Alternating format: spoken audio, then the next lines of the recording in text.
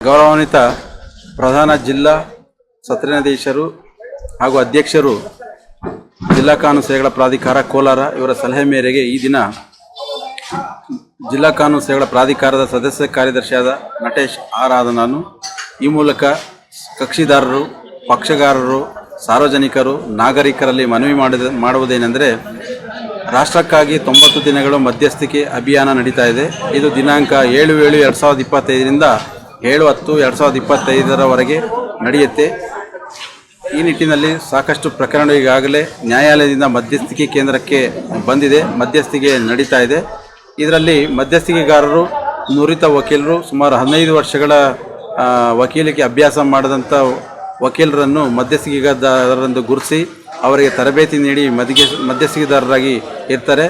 ನಮ್ಮ ಜಿಲ್ಲಾ ಕಾನೂನು ಸೇವೆಗಳ ಪ್ರಾಧಿಕಾರ ಕೋಲಾರದಲ್ಲಿ ಸುಮಾರು 20 ಜನ ವಕೀಲರು ಹೆಚ್ಚು ಮಧ್ಯಸ್ಥಿಕೆದಾರರಿದ್ದಾರೆ.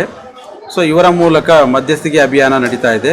ನ್ಯಾಯಾಲಯದ ಪ್ರಕರಣಗಳು ಮಧ್ಯಸ್ಥಿಕೆ ಕೇಂದ್ರಕ್ಕೆ ಬಂದಾಗ ಪಕ್ಷಗಾರರು ಅದರಲ್ಲಿ ಹಾಜರಾಗಿ ಆ ಪ್ರಕರಣಗಳನ್ನು, ಅದರಲ್ಲೂ ಬಹಳ ಮುಖ್ಯವಾಗಿ ಚೆಕ್ ಬೌನ್ಸ್ ಪ್ರಕರಣ, ಮೋಟಾರ್ ವೆಹಿಕಲ್ಸ್ ಪ್ರಕರಣ, ವಿಭಾಗಕ್ಕಾಗಿ ಹಾಕಿದಂತಹ ದಾವೆಗಳು, ಕೌಟುಂಬಿಕ ನ್ಯಾಯಾಲಯದಲ್ಲಿ ಇರುವಂತಹ ದಾವೆಗಳು, ಈ ಪ್ರಕರಣಗಳನ್ನು ನಮಗೆ ಮಧ್ಯಸ್ಥಿಕೆ ಕೇಂದ್ರಕ್ಕೆ ಬರ್ತಾ ಇದೆ. ಅದನ್ನು ನಾವು ಮಧ್ಯಸ್ಥಿಕೆದಾರರಿಗೆ ನಾವು ಮನವಿ ಮಾಡ್ತೇವೆ, ಇಂಥ ಪ್ರಕರಣಗಳಲ್ಲಿ ತಾವು ಮಧ್ಯಸ್ಥಿಕೆ ವಹಿಸಬೇಕು ಅಂತೇಳಿ. ಅಲ್ಲದೆ ಜೊತೆಗೆ 13/9/2025ಕ್ಕೆ ರಾಷ್ಟ್ರೀಯ ಬೃಹತ್ ಲೋಕ ಅದಾಲತ್ ನಡೀತಾ ಇದೆ. ಇದು 3ನೇ ಲೋಕ ಅದಾಲತ್ ಆಗಿರುತ್ತೆ. ಇದು ಕೋಲಾರ ಜಿಲ್ಲಾ ನ್ಯಾಯಾಲಯದಲ್ಲಿ ಹಾಗೂ ಕೋಲಾರ ಜಿಲ್ಲೆಯ 5 ತಾಲೂಕುಗಳಲ್ಲಿ ಮುಳಬಾಗಿಲು, KGF, ಬಂಗಾರಪೇಟೆ, ಶ್ರೀನಿವಾಸಪುರ, ಮಾಲೂರು ಇಲ್ಲಿಯೂ ಸಹ ನಡೆಯುತ್ತೆ. ಈ ಮಧ್ಯಸ್ಥಿಕೆ ಅಭಿಯಾನವೂ ಸಹ ಎಲ್ಲ ತಾಲೂಕುಗಳಲ್ಲೂ ಸಹ ತಾಲೂಕು ಕಾನೂನು ಸೇವೆಗಳ ಸಮಿತಿಗಳ ವತಿಯಿಂದ ನಡೀತಾ ಇದೆ. ಇದರಲ್ಲಿ ಬಹಳ ಮುಖ್ಯವಾಗಿ ಹೇಳಬೇಕಂತಂದರೆ ನ್ಯಾಯಾಲಯದಲ್ಲಿ ಈಗಾಗಲೇ ಸಾಕಷ್ಟು ಪ್ರಕರಣ ಬಾಕಿ ಇರುವುದು ಎಲ್ಲರಿಗೂ ತಿಳಿದಿದೆ.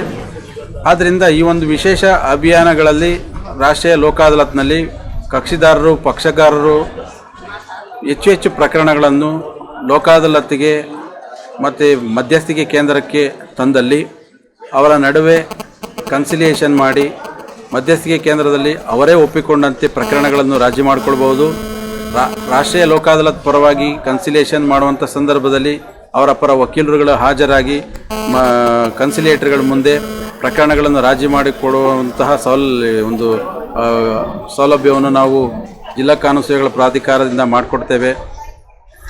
ಅದರಿಂದ ಈ ಪಕ್ಷಗಾರರು, ಕಕ್ಷಿದಾರರು ಒಂದು ಸ್ವಲ್ಪ ಯೋಚನೆ ಮಾಡಬೇಕಾಗತ್ತೆ. ಏನಂತೇಳಿದ್ರೆ, ಇದು ಎಲ್ಲರಿಗೂ ತಿಳಿದಿರುವಂತಹ ನಾಣ್ಣು ನುಡಿ ಅಂತೇಳಿದ್ರೆ ನ್ಯಾಯಾಲಯಕ್ಕೆ ಬಂದಾಗ ಪ್ರಕರಣಗಳು ಬೇಗ ವಿಲೇವಾರಿ ಆಗೋದಿಲ್ಲ ಅಂತೇಳಿ. ಸೊ ಈ ನಿಟ್ಟಿನಲ್ಲಿ ನಾವು ಆಲೋಚನೆ ಮಾಡಿದಾಗ ಕನ್ಸಿಲೇಟರ್ ಮುಂದೆ ಪಕ್ಷಗಾರರು ಬಂದಾಗ ಅವರು ಯಾವ ರೀತಿ ತಮ್ಮ ಪ್ರಕರಣವನ್ನು ರಾಜಿ ಮಾಡಿಕೊಳ್ಬಹುದು ಅನ್ನುವ ಚರ್ಚೆ ಅವರಿಬ್ಬರ ನಡುವೆ ನಡೆಯುತ್ತೆ. ಜೊತೆಗೆ ಅವರ ವಕೀಲರು ಸಹ ಅದರಲ್ಲಿ ಭಾಗವಹಿಸಿ ಸಲಹೆ ಸೂಚನೆಗಳನ್ನು ಕೊಟ್ಟು ಪ್ರಕರಣಗಳನ್ನು ರಾಜಿ ಮಾಡುವ ನಿಟ್ಟಿನಲ್ಲಿ ಅದನ್ನು ಕ್ರಮ ವಹಿಸ್ಬೋದು. ಮಧ್ಯಸ್ಥಿಕೆ ಕೇಂದ್ರಕ್ಕೆ ಸಂಬಂಧಪಟ್ಟಂತೆ ಹೇಳೋದಾದರೆ ಅದರಲ್ಲಿ ಮಧ್ಯಸ್ಥಿಕೆದಾರರದ್ದು ಯಾವುದೇ ಪಾತ್ರ ಇರೋದಿಲ್ಲ. ಅವರು ಮ್ಯೂಟ್ ಸ್ಪೆಕ್ಟೇಟರ್ ಆಗಿರ್ತಾರೆ. ಪಕ್ಷಗಾರರೇ ತಮ್ಮ ಪ್ರಕರಣವನ್ನು ಯಾವ ರೀತಿ ರಾಜಿ ಮಾಡಿಕೊಳ್ಬಹುದು ಅನ್ನುವ ನಿಟ್ಟಿನಲ್ಲಿ ಅವರಿಂದ ಸಲಹೆ ಸೂಚನೆಗಳನ್ನು ಮಧ್ಯಸ್ಥಿಕೆದಾರರು ಪಡ್ಕೊಂಡು ಆ ಪ್ರಕರಣ ರಾಜಿಯಾದಲ್ಲಿ ಅದಕ್ಕೆ ಒಂದು ರಾಜಿ ಸೂತ್ರವನ್ನು ಬರೆದು ಅದನ್ನು ನ್ಯಾಯಾಲಯಕ್ಕೆ ಕಳಿಸ್ಕೊಡ್ತಾರೆ. ಅಲ್ಲಿ ಅದನ್ನು ಒಪ್ಪಿ ಅದು ಪರಿಶೀಲನೆಯಾಗಿ ಒಪ್ಪಿ ಅದನ್ನು ಅವರೇ ಒಪ್ಪಿಕೊಂಡಂತೆ ಡಿಕ್ರಿ ಮಾಡುವಂತಹ ಒಂದು ಅವಕಾಶ ಇದೆ. ಅಂಥ ಸಂದರ್ಭದಲ್ಲಿ ಅದರ ಮೇಲೆ ಅಪೀಲು ಇರುವುದಿಲ್ಲ, ಅಲ್ಲಿಗೆ ಪ್ರಕರಣ ಇತ್ಯರ್ಥಗೊಂಡಿರ್ತದೆ. ಹಾಗಾಗಿ ಅತಿ ಶೀಘ್ರದಲ್ಲಿ ಪ್ರಕರಣಗಳನ್ನು ಮುಕ್ತಾಯ ಮಾಡಿಕೊಳ್ಬೋದು. ಅದೇ ರೀತಿ ರಾಷ್ಟ್ರೀಯ ಲೋಕ ಅದಾಲತ್ ಸಂದರ್ಭದಲ್ಲಿ ನ್ಯಾಯಾಲಯದ ಪ್ರಕರಣಗಳು ಮಧ್ಯಸ್ಥಿಕೆಗಾರರು ಅಂದರೆ ಕನ್ಸಿಲಿಯೇಟರ್ಸ್ಗಳ ಮುಂದೆ ಬರ್ತವೆ.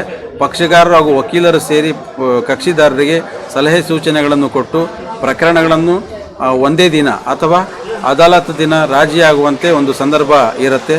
ಆ ರೀತಿ ಅವರು ಪಕ್ಷಗಾರರು ತಮ್ಮ ಪ್ರಕರಣಗಳಲ್ಲಿ ಏನು ಸೂಕ್ಷ್ಮತೆ ಇದೆ ಅನ್ನೋದನ್ನು ಅರಿತು ಅವರೇ ಒಪ್ಪಿ ರಾಜಿ ಮಾಡಿಕೊಂಡಂಥ ಸಂದರ್ಭದಲ್ಲಿ ಹೆಚ್ಚು ಖರ್ಚಿಲ್ಲದೆ ಪ್ರಕರಣಗಳು ಬೇಗ ರಾಜಿ ಆಗ್ತದೆ. ರಾಷ್ಟ್ರೀಯ ಲೋಕ ಅದಾಲತ್ ವಿಶೇಷ ಏನಂತ ಹೇಳಿದ್ರೆ ಪ್ರಕರಣಗಳು ರಾಜಿಗೊಂಡಲ್ಲಿ ನ್ಯಾಯಾಲಯದ ಶುಲ್ಕ ಕಟ್ಟಿರುವಂಥದ್ದನ್ನು ಪಕ್ಷಗಾರರಿಗೆ ಅದನ್ನು ನ್ಯಾಯಾಲಯದಿಂದ ವಾಪಸ್ ಕೊಡ್ತಾರೆ. ಹಾಗಾಗಿ ರಾಷ್ಟ್ರೀಯ ಲೋಕ ಅದಾಲತ್ನಲ್ಲಿ ರಾಜಿ ಪ್ರಕರಣ ಆದ ಸಂದರ್ಭದಲ್ಲಿ ನ್ಯಾಯಾಲಯದ ಶುಲ್ಕ ವಾಪಸ್ ಬರೋದ್ರಿಂದ ಅಲ್ಲಿ ಖರ್ಚಿನ ಅಗತ್ಯತೆ ಇರೋದಿಲ್ಲ. ಅದಲ್ಲದೆ ಅವರ ವಕೀಲರು ಕೂಡ ಅದರಲ್ಲಿ ಭಾಗವಹಿಸ್ಬೋದು. ಈ ನಿಟ್ಟಿನಲ್ಲಿ ನಾನು ಕೋಲಾರದ ಜಿಲ್ಲೆಯ ಎಲ್ಲ ಪಕ್ಷಗಾರರಿಗೆ, ಕಕ್ಷಿದಾರರಿಗೆ, ಈ ನ್ಯಾಯಾಲಯಕ್ಕೆ ಕೇಸುಗಳು ಪ್ರಕರಣದಲ್ಲಿ ನ್ಯಾಯಾಲಯದಲ್ಲಿ ಬಾಕಿರೋ ಪ್ರಕರಣದಲ್ಲಿ ಬರುತ್ತಿರುವಂತಹ ಎಲ್ಲ ಅಂದರೆ ಕಕ್ಷಿದಾರರಿಗೆ, ನಾಗರಿಕರಿಗೆ ನನ್ನ ಮನವಿ ಏನಂತ ಹೇಳಿದ್ರೆ, ದಯಮಾಡಿ ನೀವು ಇದರಲ್ಲಿ ಹೆಚ್ಚಿನ ರೀತಿಯಲ್ಲಿ ಭಾಗವಹಿಸಿ ಪ್ರಕರಣಗಳನ್ನು ನೀವು ರಾಜಿ ಮಾಡಿಕೊಳ್ಳಿ. ಬೇಗ ಪ್ರಕರಣ ಮುಗಿದ್ರೆ ಇನ್ನೂ ನ್ಯಾಯಾಲಯದಿಂದ ಆಚೆ ಇರುವಂಥ ಕಕ್ಷಿದಾರರು, ಪಕ್ಷಗಾರರು, ಸಾರ್ವಜನಿಕರು ನ್ಯಾಯಾಲಯದ ಕಡೆಗೆ ಮುಖ ಮಾಡ್ತಾರೆ. ಹೆಚ್ಚು ಪ್ರಕರಣಗಳು ಹರಿದು ಬರುವಂತೆ ಆಗ್ತದೆ. ಅಂಥ ಸಂದರ್ಭದಲ್ಲಿ ಇನ್ನೂ ಹೆಚ್ಚು ಪ್ರಕರಣಗಳನ್ನು ನಾವು ನ್ಯಾಯಾಲಯದ ಮೂಲಕ, ರಾಷ್ಟ್ರೀಯ ಲೋಕ ಅದಾಲತ್ ಮೂಲಕ ಮತ್ತು ಮಧ್ಯಸ್ಥಿಕೆ ಮೂಲಕ ಪ್ರಕರಣಗಳನ್ನು ರಾಜಿ ಮಾಡ್ಬೋದು. ಈ ನಿಟ್ಟಿನಲ್ಲಿ ತಾವೆಲ್ಲರೂ ಆಲೋಚನೆ ಮಾಡಿ ತಮ್ಮ ಸಹಕಾರವನ್ನು ಕೊಡಿ ಅಂತ ಕೇಳ್ಕೊಳ್ತೀನಿ.